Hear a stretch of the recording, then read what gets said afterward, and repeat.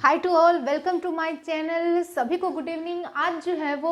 आज हम डिस्कशन करेंगे कि पृथ्वी के जो प्रमुख स्थल रूप जो होते हैं वो कैसे होते हैं, उनका निर्माण कैसे होता है। पृथ्वी के प्रमुख स्थल रूप जो आते हैं उनमें कौन कौन सी चीज़ें आती हैं। ठीक है, मतलब कि ये जो टॉपिक जो आता है वो रीट मेंस में भी आता है, सभी को पता है। और इसमें जो वो ज़्यादा डिटेल से तो पूछेंगे नहीं और नॉर्मल ऊपर से पूछेंगे। तो हम जो वो पॉइंट वाइज में आपके लिए शॉर्ट नोट्स लेके आई हूँ, क्योंकि ये टॉपिक जो आता है वो हमारी जो एनसीईआरटी की यानी कि 6th क्लास की एनसीईआरटी की बुक जो आती है उसमें ये टॉपिक दिया हुआ है। यानी कि मैंने देखा सेम टू सेम वैसे का वैसे टॉपिक जो है वो हमारी 6th क्लास की एनसीईआरटी की बुक से दिया हुआ है।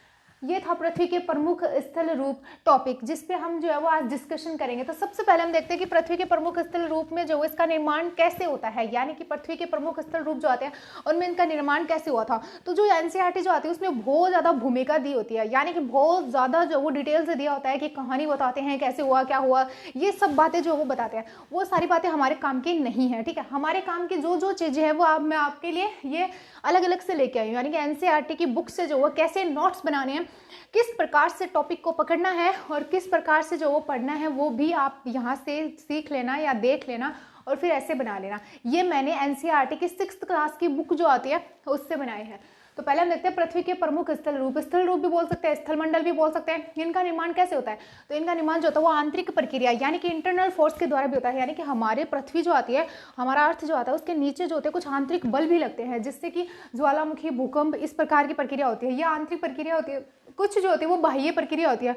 बाह्य प्रक्रिया में अपरदन और निक्षेपण आता है। सभी को पता होता है अपरदन क्या होता है, कटाव बोलते हैं, है ना। लेकिन हम ज्योग्राफी की लैंग्वेज में कटाव नहीं बोल सकते हैं, क्योंकि ऐसे तो अंगूर थोड़ी ना बेचने हैं। तो फिर अपरदन यानी कि जब मिट्टी जो होती है उसका कटाव, यानी कि आपको समझाने के लिए कि जब मिट्टी का कटाव हो गया या मिट्टी का कटाव जो होता है वो वायु के द्वारा, जल के द्वारा और बर्फ के द्वारा भी हो सकता है। यानी कि तीनों चीजें जो होती है वो अपरदन में सहायक होती है। वायु, बर्फ, जल, तीनों चीजें जो होती है वो अपरदन में सहायक होती है। शॉर्ट अगर नेम से अगर हम समझे तो कटाव को जो है वो अपरदन बोलते हैं। ठीक है, निक्षेपण क्या होता है? तो निक्षेपण जमाव को निक्षेपण बोल देंगे। अगर हम अपरदन को कटाव बोलते हैं तो निक्षेपण जो होता है उसको हम जमाव को बोल देंगे। ठीक है, और इसमें भी जो वो जल, वायु, बर्फ, ये सभी तत्व जो होते हैं, तत्व क्या है, जल, वायु, बर्फ जो है उनके द्वारा होता है जमाव भी और अपरदन भी। तो बाह्य प्रक्रिया होती है, अपरदन होता है, निक्षेपण होता है। आंतरिक प्रक्रिया में आंतरिक बल होता है जिसमें भूकंप, ज्वालामुखी आदि होते हैं। अब हम देखते हैं कि हमारे स्थल रूप में जो है वो मोस्ट जो है वो हम चीजें जिनके बारे में हम पढ़ेंगे वो देखते हैं। तो उसमें जो सबसे पहले पठार देखेंगे, मतलब पठार आता है, फिर पर्वत आता है, फिर मैदान आता है। तो हम सबसे पहले पर्वत देख रहे हैं। तो पर्वत में जो वो देखते हैं कि पर्वत जो होते हैं वहाँ पे कठोर जलवायु होती है ना, और वहाँ पे जो खड़े खड़े ढाल होते हैं और कृषि योग्य भूमि जो है वो वहाँ पे बहुत कम होती है। यानी कि आप जब नोट्स बनाओ तो ऐसे बना लेना कि मतलब जहाँ पे जो चीज़ ज़्यादा होती है उसके लिए ये सिंबल का यूज़ कर लेना, और जहाँ पे जो चीज़ कम होती है उसके लिए ये यूज़ कर लेना। तो कठोर जलवायु जो होती है वो बहुत ज़्यादा होती है, खड़े ढाल होते हैं वो बहुत ज़्यादा होते हैं वहाँ पे, और कृषि योग्य भूमि जो होती है वो कम होती है। इसलिए अगर कृषि योग्य भूमि कम होगी तो वहाँ पे ऑब्वियस सी बात है लोगों का निवास कैसे हो सकता है, बिल्कुल भी नहीं हो सकता। तो ये पर्वत के लिए आता है। नेक्स्ट अगर हम देखें तो पर्वत जो होता है ये पृथ्वी की सतह है। पर्वत पृथ्वी की सतह है। ओके, पर्वत ये पृथ्वी की सतह की प्राकृतिक ऊंचाई होती है, यानी कि नेचुरल रूप से होता है। पर्वत जो होता है वो प्राकृतिक रूप से होता है, प्राकृतिक ऊंचाई होती है पर्वत की। तो ये पृथ्वी की प्राकृतिक ऊंचाई होती है। पॉइंट के अकॉर्डिंग याद किया करो, पॉइंट के अकॉर्डिंग पढ़ा करो, पॉइंट के अकॉर्डिंग जो वो चीजें बहुत ज्यादा याद होती है। तो ये पृथ्वी की सतह की प्राकृतिक ऊंचाई होती है। इनका शिखर जो होता है वो छोटा होता है, यानी कि इनका ये जो शिखर जो होता है वो छोटा होता है। ऐसे होता है, ऐसे मान लो पर्वत को। ठीक है, इनका शिखर छोटा होता है जैसे कि ये होता है, और नुकीला होता है, ये यहाँ से ऐसे नुकीला होता है। ठीक है, फिर उसके बाद में वही इनका आधार जो होता है वो चौड़ा होता है, यहाँ से ये चौड़े होते हैं। ये हो गए हमारे पर्वत। ठीक है, कुछ पर्वतों पर न्यून तापमान के कारण नदियां जमी रहती हैं, उन्हें हिमानी कहा जाता है। यानी कि कुछ पर्वत ऐसे होते हैं कि जो बहुत ज्यादा ऊंचे होते हैं, जिन पे निम्न तापमान की वजह से जो है वहाँ पे मतलब कि नदियां जो होती हैं वो जम जाती हैं, नदियां जम जाती है, जिसकी वजह से उनको जो वो हिमानी कहा जाता है। अब आपसे एक क्वेश्चन पूछ सकते हैं कि हिमानी क्या होता है? तो जो कुछ पर्वत होते हैं उन पे निम्न तापमान के कारण जो वो नदियां जम जाती हैं, जिसको हम हिमानी बोलते हैं। यदि पर्वत एक रेखा श्रृंखला के क्रम में व्यवस्थित हो तो इसे पर्वत श्रृंखला कहते हैं। कैसे? यानी कि ये यानी कि पर्वत जो है वो ऐसे होते हैं तो इसको जो है वो पर्वतीय श्रृंखला कहते हैं। ठीक है, यानी कि यदि पर्वत रेखा श्रृंखला के क्रम में व्यवस्थित होते हैं, यानी कि क्रम में होते हैं, सीक्वेंस में होते हैं, तो व्यवस्थित होते हैं तो इसको पर्वत श्रृंखला बोलते हैं। नेक्स्ट आता है कि ये सैकड़ों किलोमीटर के समानांतर श्रृंखलाओं के रूप में फैले रहते हैं। तो ये पर्वत जो आते हैं वो सैकड़ों किलोमीटर समानांतर रेखाओं पर्वत आते हैं उनके बारे में डिस्कशन कर लेते हैं कि कौन कौन से पर्वत आते हैं। तो सबसे पहले हम देखेंगे हमारा हिमालय पर्वत श्रृंखला। हिमालय पर्वत श्रृंखला जो आती है वो एशिया में आती है, ठीक है, और आल्प्स पर्वत श्रृंखला यूरोप में आती है, क्योंकि ये चीजें जो आती है इनसे भी जो है वो कंपटीशन एग्जाम में क्वेश्चन बन जाता है और ज्यादातर तो इन्हीं से बनता है। सीधे पूछेंगे हिमालय पर्वत श्रृंखला एशिया में, आल्प्स पर्वत श्रृंखला यूरोप में, एंडीज पर्वत श्रृंखला साउथ अमेरिका में, ठीक है। एंडीज का क्वेश्चन सबसे ज्यादा बार आता है आरएस में, तो ये आप ये याद रखना कि एंडीज पर्वत श्रृंखला जो आता है वो साउथ अमेरिका में आता है, आल्प्स यूरोप में, ऐसे याद रख लेना, यूरोप, एंडीज से जो है वो साउथ अमेरिका, ठीक है। यानी कि हम पढ़ रहे थे पर्वत के बारे में, कितने प्रकार आते हैं, कौन कौन से प्रकार आते हैं, उनके नाम क्या आते हैं। तो पर्वतों के प्रकार जो आते हैं वो 3 प्रकार आते हैं, ठीक है। 3 प्रकार में पहला जो आता है वो वल्लित पर्वत आता है, दूसरा आता है भ्रशोंथ पर्वत, भ्रशोंथ पर्वत आता है, तीसरा आता है ज्वालामुखी पर्वत। यानी कि पर्वतों के प्रकारों के बारे में देखते हैं तो पर्वतों के प्रकार जो आते हैं वो 3 आते हैं, जिसमें सबसे पहले वल्लित पर्वत आता है, फिर ज्वालामुखी पर्वत आता है, फिर भ्रशोंथ पर्वत आता है, ठीक है। ये तीनों प्रकार आते हैं, इनके बारे में थोड़ी थोड़ी डिटेल आती है, वो आप देख लेना, क्योंकि उससे ज्यादा क्वेश्चन नहीं बनते हैं। पूछेंगे तो आपसे पूछ लेंगे कि पर्वतों के प्रकार कितने होते हैं, वैसे यही। फिर हम नेक्स्ट देखते हैं पठार, यानी कि पठार क्या होता है। तो पठार और पर्वत जो होते हैं उनमें थोड़ा ही थोड़ा क्या अंतर होता है। यानी कि पर्वत जो होते हैं उनका ये जो होता है वो नुकीला होता है, ये हमने बात कर ली थी कि मतलब ऊपर का शिखर जो होता है वो नुकीला होता है, और ये पठार जो होते हैं वो इस तरीके से होते हैं, ऐसे ऐसे ऐसे होते हैं, है ना। मतलब कि जो पठार जो होते हैं वो ऐसे होते हैं, ऐसे जाके ऐसे, मतलब ऐसे जाके ऐसे आ जाते हैं, ठीक है। यानी कि पठार जो होते हैं वो अपने आसपास की भूमि से ऊपर उठी हुई एवं ऊपर से सपाट भूमि को पठार कहा जाता है। यानी कि हमारे जो आसपास की समतल भूमि जो होती है उससे थोड़ी सी ऐसे करके जो वो ऊपर उठी हुई भूमि जो होती है उसको पठार बोल देते हैं, ठीक है। उसका जो ऊपर का पार्ट जो होता है, यानी कि ऊपर का भाग या ऊपर का जो सतह जो होती है वो ऐसे सपाट होती है, सीधी होती है, ठीक है। और ये जो होता है वो हमारी जो मतलब हमारी भूमि जो होती है उससे थोड़ा जो होता है वो ऊंचा उठा हुआ भाग होता है। यानी कि अपने आसपास की भूमि से ऊपर उठी हुई एवं ऊपर से सपाट भूमि को हम पठार कहते हैं। पठार किसे कहते हैं? जो ऊपर से सपाट भूमि होती है और आसपास की जो भूमि होती है उससे थोड़ी सी ऊंची उठी होती है उसको हम पठार बोलते हैं। पठार के किनारे के ढाल खड़े होते हैं। यानी कि जैसे ये पठार जो होता है इसके जो किनारे जो होते हैं, इसके ढाल जो होते हैं वो खड़े होते हैं। यानी कि यहाँ से तो ये सपाट होता है इस तरीके से, यहाँ से जो है वो ये सपाट होता है, डस्टर नहीं आज, यहाँ से जो है वो ऐसे सपाट होता है, ठीक है। और फिर जो है वो ऐसे मतलब इसके सपाट होने के साथ में ये जो किनारे जो होते हैं इसके यहाँ पे ढाल होता है, किनारों की तरफ ऐसे ढाल होता है, ठीक है। ऐसे ऐसे होता है ये, ठीक है। अब आता है कि पठार के किनारों के ढाल खड़े होते हैं। ऊंचाई सैकड़ों मीटर में या हजारों मीटर तक भी हो सकती है। यानी कि जो पठारों की ऊंचाई जो होती है वो सैकड़ों मीटर में भी हो सकती है और हजारों मीटर में भी हो सकती है। नेक्स्ट आता है कि ये पठार पर्वत की तरह प्राचीन व नए हो सकते हैं। तो पठार जो होते हैं वो पर्वतों की तरह प्राचीन भी हो सकते हैं, यानी कि बहुत पुराने भी हो सकते हैं और बहुत जो है वो नए भी हो सकते हैं। यानी कि पठार जो होते हैं वो पर्वतों की तरह प्राचीन और नए हो सकते हैं। भारत का दक्कन प्लेटो, यानी कि भारत का जो दक्कन का पठार जाता है वो प्राचीनतम पठार आ जाता है। कंपटीशन में क्वेश्चन बनता है यही से कि भारत का जो प्राचीनतम पठार कौन सा आता है, तो वो दक्कन प्लेटो आता है, यानी कि दक्कन का पठार आता है। तिब्बत का पठार विश्व का सबसे ऊंचा पठार है, जिसकी ऊंचाई मध्य समुद्र तल से 4000-6000 मीटर तक है। यानी कि जो तिब्बत का पठार जो आता है वो हमारे विश्व का सबसे ऊंचा पठार आता है। इंडिया का सबसे ऊंचा पठार कौन सा आता है? दक्कन का प्लेटो। और तिब्बतन प्लेटो जो आता है वो विश्व का सबसे ऊंचा पठार आता है, जिसकी ऊंचाई मध्य समुद्र तल से 4000 से लेकर 6000 मीटर तक जो है वो आती है। नेक्स्ट आता है कि ये जो पठार जो होते हैं यहाँ पे खनिज संसाधनों की जो है वो प्रचुरता होती है, ठीक है। यानी कि पठारों पे जो खनिज संसाधन की प्रचुरता होती है, इसलिए हमारे लिए जो पठार जो होते हैं वो बहुत ज़्यादा उपयोगी हो जाते हैं। अधिकांश खनन क्षेत्र पठारी भागों पे ही होते हैं, ठीक है। यानी कि जो पठार जो होते हैं वहाँ पे खनिज संसाधन की जो वो प्रचुरता होती है, इसलिए पठार हमारे लिए उपयोगी हो जाते हैं।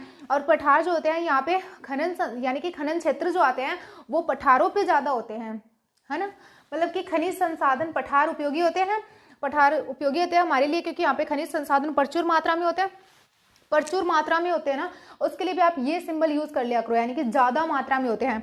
खनिज संसाधन ज्यादा मात्रा में होते हैं, इसलिए हमारे लिए पठार उपयोगी होते हैं। अधिकांश कौन कौन से आते हैं? हमने पठारों पर्वतों के बारे में देख लिया, पर्वतों के कितने प्रकार होते हैं वो देख लिए, फिर पठारों के बारे में देख लिया। अब हम देखते हैं कि कौन कौन से पठार आते हैं। जैसे कि अफ्रीका का पठार जो आता है वहाँ पे क्या पाए जाते हैं, यानी कि फिर हमने देखा था कि जो हमारे पठार जो आते हैं वहाँ पर संसाधन यानी कि जो खनिज संसाधन जो आते हैं उनकी प्रचुरता पाई जाती है, यानी कि अधिकता होती है। तो फिर सबसे पहले हम देखें कि अफ्रीका का जो पठार जो आता है यहाँ पे सोना और हीरे के खनन के लिए प्रसिद्ध है, यानी कि जो अफ्रीका का पठार जो आता है यहाँ पर सोने और हीरे के खनन के लिए प्रसिद्ध है। वहीं भारत के जो छोटा नागपुर का पठार जो आता है वहाँ पे लोहा, कोयला और मैग्नीशियम के बहुत बड़े भंडार पाए जाते हैं। यानी कि हम पहले बात कर रहे थे कि जो पठारी भाग जो आता है यहाँ पे सबसे ज़्यादा जो वो खनन क्षेत्र पाया जाता है। जैसे कि अफ्रीका का जो पठारी भाग जो आता है वहाँ पे जो है वो हमें सोने और हीरे की मात्रा बहुत ज़्यादा देखने को मिलती है। हमारे छोटे नागपुर के पठार में जो है वो कोयला, लोहा और ये मैग्नीज जो आता है उसके बहुत बड़े भंडार यहाँ पे देखने को मिलते हैं। और जो पठारी भागों की ऊंचाई के कारण यहाँ अनेकों नदियों द्वारा जलप्रपात का निर्माण भी किया जाता है, जैसे कि हमने खनिज संसाधनों के बारे में देख लिया। और सेकंड अगर हम देखें तो जो पठारी भाग जो आते हैं उनसे जो है वो पठारी भागों की ऊंचाई इतनी होती है कि नदियां जो होती हैं उनके द्वारा कुछ जलप्रपात, वाटरफॉल का निर्माण किया जाता है। अब इसमें देखें तो स्वर्ण रेखा नदी के ऊपर जो वो छोटा नागपुर का पठार जो आता है वहां पर हुंडरू वाटरफॉल आता है। ये क्वेश्चन पूछ लेते हैं, नदी का नाम पूछ लेते हैं या पठार का नाम पूछ लेते हैं या वाटरफॉल का नाम पूछ लेते हैं। तो स्वर्ण रेखा नदी पर छोटा नागपुर के पठार पे हुंडरू जलप्रपात आता है, जो कि आपके लिए सबसे ज्यादा इंपॉर्टेंट हो जाता है ये पोर्शन। ठीक है, नेक्स्ट आता है शरावती नदी जो आती है, शरावती रिवर जो आती है यहाँ पे कर्नाटका प्लेटू जो आता है यहाँ पे जोंग वाटरफॉल आता है। ठीक है, जोंग जलप्रपात आता है। फिर ये आता है कि जो पठारी भाग जो होते हैं वहाँ पे काली यानी कि ब्लैक सॉइल जो होती है वो सबसे ज़्यादा पाई जाती है। और ब्लैक सॉइल आपको सभी को पता होती है कि वो ज़्यादा उपजाऊ होती है। ठीक है, इसकी ये जो होती है वो कपास की जो खेती जो होती है उसके लिए बहुत ज़्यादा यूजफुल होती है। कपास की खेती इससे बहुत ज़्यादा अच्छी होती है ना। अब देखते हैं, हमने मतलब पर्वत पढ़ लिए, पठार पढ़ लिए, मैदान में क्या आता है। तो मैदान जो होता है, मैदान समतल भूमि के बहुत बड़े भाग होते हैं, यानी कि मैदान तो ऐसे ही होते हैं। ठीक है, समतल भूमि के बहुत बड़े भाग जो होते हैं ये मैदान कहलाते हैं। ठीक है, इसमें आता है कि मैदान समतल भूमि के बहुत बड़े भाग होते हैं जो सामान्यतः औसत समुद्र तल से 200 मीटर से अधिक ऊंचे नहीं होते हैं। ठीक है, मतलब मैदान जो होते हैं वो समतल भूमि के बहुत बड़े भाग होते हैं जो कि हमारे जो औसत यानी कि जो सामान्यतः औसत समुद्र तल जो आता है उससे 200 मीटर से जो अधिक ऊंचे नहीं होते हैं। अधिकांश मैदानों का फॉर्मेशन, अधिकांश मैदानों का निर्माण किस प्रकार से होता है। तो हमारी जो नदियां या फिर उनकी जो सहायक नदियां आती है कि अधिकांश मैदानों का निर्माण किस प्रकार होता है। तो हमारी जो नदियां आती है और उन नदियों की जो सहायक नदियां जो आती हैं उनके द्वारा जो वो पर्वतों के ढालों से नीचे उतरती हैं, तो अपर्दन के द्वारा अपने साथ पत्थर, बालू, सिल्ट को लाकर जो वो घाटियों में निक्षेपित कर देती है। इसी निक्षेपों के द्वारा जो वो मैदानों का निर्माण होता है। यानी कि मैदानों का निर्माण किस प्रकार होता है। तो जो हमारी नदियां और सहायक नदियां जो होती हैं जब वो पर्वतों के ढालों से नीचे उतरती हैं तो वो अपर्दन के द्वारा यानी कि कटाव के द्वारा अपने साथ कुछ पत्थर, बालू, सिल्ट लेकर आती हैं जो कि घाटियों में निक्षेपित कर देती है, यानी कि नीचे जो घाटियां आती हैं उसमें निक्षेपित कर देती हैं। तो इसी निक्षेपों से जो वो मैदानों का निर्माण होता है। यानी कि इसमें पूछ लेंगे कि मैदानों का निर्माण कैसे होता है, तो आपको यही बताना है कि अधिकांश मैदानों में निर्माण जो होता है वो नदी और जो उनकी सहायक नदियां जो आती है जो पर्वतों से उतरती हैं तो वो कटाव करती है, अपर्दन करती हैं और वो जो मिट्टी लेकर आती है, बालू लेकर आती है, सिल्ट लेकर आती है, वो नीचे जो होती है वो निक्षेपित कर देती है। इसी निक्षेप को जो है वो मैदानों का निर्माण होता है। नदियों के द्वारा बनाए गए बड़े मैदानों के एग्जाम्पल, यानी कि हमारी जो नदियां जो आती हैं उनके द्वारा जो मैदानों का निर्माण किया गया है उसके एग्जाम्पल में हम देखें तो भारत में जो गंगा ब्रह्मपुत्र का मैदान आता है वो सबसे ज्यादा इंपॉर्टेंट आता है, पूछते रहते हैं इनके बारे में। तो भारत में गंगा ब्रह्मपुत्र का मैदान और चीन में यांगटीसी नदी का मैदान जो आता है वो भी बहुत ज्यादा इंपॉर्टेंट आता है। यानी कि भारत में गंगा ब्रह्मपुत्र का मैदान और चीन में जो है वो यांगटीसी देखेंगे थोड़े बहुत कि उसमें जो एनसीईआरटी में या फिर कुछ टॉपिक जो है वो मैं लेके आई हूँ जो ज़्यादा इंपॉर्टेंट हो जाते हैं, यानी कि हर कंपटीशन एग्जाम में इनसे क्वेश्चन पूछ लेते हैं, तो आप एक बार देख लेना इसको। तो पहले हम देखते हैं कि माउंट किलिमंजारो कहाँ पे आता है, तो वो अफ्रीका में आता है। माउंट फ्यूजियामा कहाँ पे आता है, तो वो जापान में आता है। माउंट मियाना कहाँ पे आता है, तो वो फिलीपींस में आता है। ठीक है, और फिर आता है माउंट सियारा नेवादा जो आता है वो यूएसए में कैलिफोर्निया में आता है। माउंट किलिमंजारो जो आता है वो अफ्रीका में आता है। माउंट फ्यूजियामा जो आता है वो जापान में आता है। माउंट मियाना जो आता है वो फिलीपींस में आता है। माउंट सियरा नेवादा जो आता है वो यूएसए में आता है, कैलिफोर्निया में आता है। हिंद महासागर का सबसे बड़ा द्वीप अगर हम देखें तो वो मेडागास्कर आता है। क्वेश्चन आपसे पूछ लेंगे कि हिंद महासागर का सबसे बड़ा द्वीप कौन सा आता है, तो वो मेडागास्कर आता है। और फिर अगला नेक्स्ट अगर हम देखें तो हिमालय पर्वत जो होता है वो इंडिया और नेपाल और 8 देशों में इसका विस्तार सबसे ज्यादा देखने को मिलता है। यानी कि हिंद महासागर का सबसे बड़ा द्वीप जो आता है वो मेडागास्कर आता है। लेकिन फिर नेक्स्ट आता है कि हिमालय पर्वत में, यानी कि हिमालय पर्वत जो आता है उसका विस्तार जो है वो इंडिया में, नेपाल में और 8 देश आते हैं उनमें भी देखने को मिलता है। नेक्स्ट आता है आल्प्स पर्वत कहाँ पे आता है, तो यूरोप में आता है। फिर आता है कि एंडीज पर्वत कहाँ पे आता है, तो दक्षिणी अमेरिका में आता है। और एंडीज पर्वत जो आता है वो विश्व का सर्वाधिक लंबी पर्वत श्रृंखला आती है। ठीक है, मतलब एंडीज पर्वतमाला जो आती है वो अफ्रीका में, अमेरिका में आती है, यानी कि दक्षिणी अमेरिका में आती है। एंडीज पर्वतमाला दक्षिण अमेरिका में आती है जो कि विश्व की सबसे लंबी जो है वो पर्वतमाला आती है, लंबी। ठीक है, और कितनी आती है, 7000 किलोमीटर के लगभग समथिंग आती है। और फिर जो है ये उत्तर और दक्षिण में फैली हुई है, यानी कि उत्तर से दक्षिण में फैली हुई है। एंडीज पर्वतमाला जो आती है वो उत्तर से दक्षिण में फैली हुई है, दक्षिणी अमेरिका में आती है, दक्षिणी अमेरिका में आती है और विश्व की सबसे लंबी जो वो पर्वत श्रृंखला आती है। नेक्स्ट आता है अल्पेशियन पर्वत जो आता है वो उत्तरी अमेरिका में आता है, रॉकीज पर्वत जो आता है वो उत्तरी अमेरिका में आता है, ग्रैंड कैनियन जो आता है वो एक गार्ज आता है, एक खड्डा आता है जो कि उत्तर अमेरिका में आता है, माउंट एटना जो आता है वो एक ज्वालामुखी आता है, यानी कि आपसे पूछ लेंगे कि माउंट एटना क्या आता है, तो एक प्रकार का ज्वालामुखी आता है। नेक्स्ट आता है भूमध्य सागर का प्रकाश स्तंभ किसे कहते हैं, तो भूमध्य सागर का प्रकाश स्तंभ जो होता है वो स्ट्रोम्बोली ज्वालामुखी को कहते हैं, ठीक है, स्ट्रोम्बोली ज्वालामुखी को कहा जाता है। अरावली क्या आती है, तो आप सभी को पता है कि अरावली एक अविशिष्ट वलित पर्वत श्रृंखला आती है, इससे क्वेश्चन बन जाता है, शायद पूछा भी था रिटमेंस में, हाँ रिटमेंस में इसके बारे में क्वेश्चन पूछा भी था कि अरावली क्या आती है, एक वलित पर्वत श्रृंखला आती है।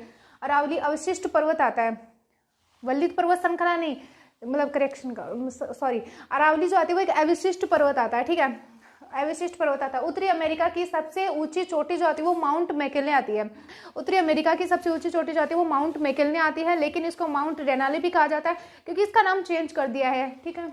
नेक्स्ट आता है कि ब्लैक फॉरेस्ट जो आता है वो एक ब्लॉक पर्वत आता है, ब्लैक फॉरेस्ट ब्लॉक पर्वत आता है। माउंट कोटोपेक्सी जो आता है एक ज्वालामुखी आता है। विंध्यन जो आता है एक वलित पर्वत आता है। और हमारी जो अरावली आती है वो क्या आती है, अविशिष्ट पर्वत आता है, ठीक है। अरावली आपको वापस बता दें अविशिष्ट पर्वत है, क्योंकि ये क्वेश्चन आता है बार बार और आप फिर गलती करके आ जाते हो। और विंध्यन जो आता है वो वलित पर्वत आता है, वैसे याद रख लेना वलित, ठीक है।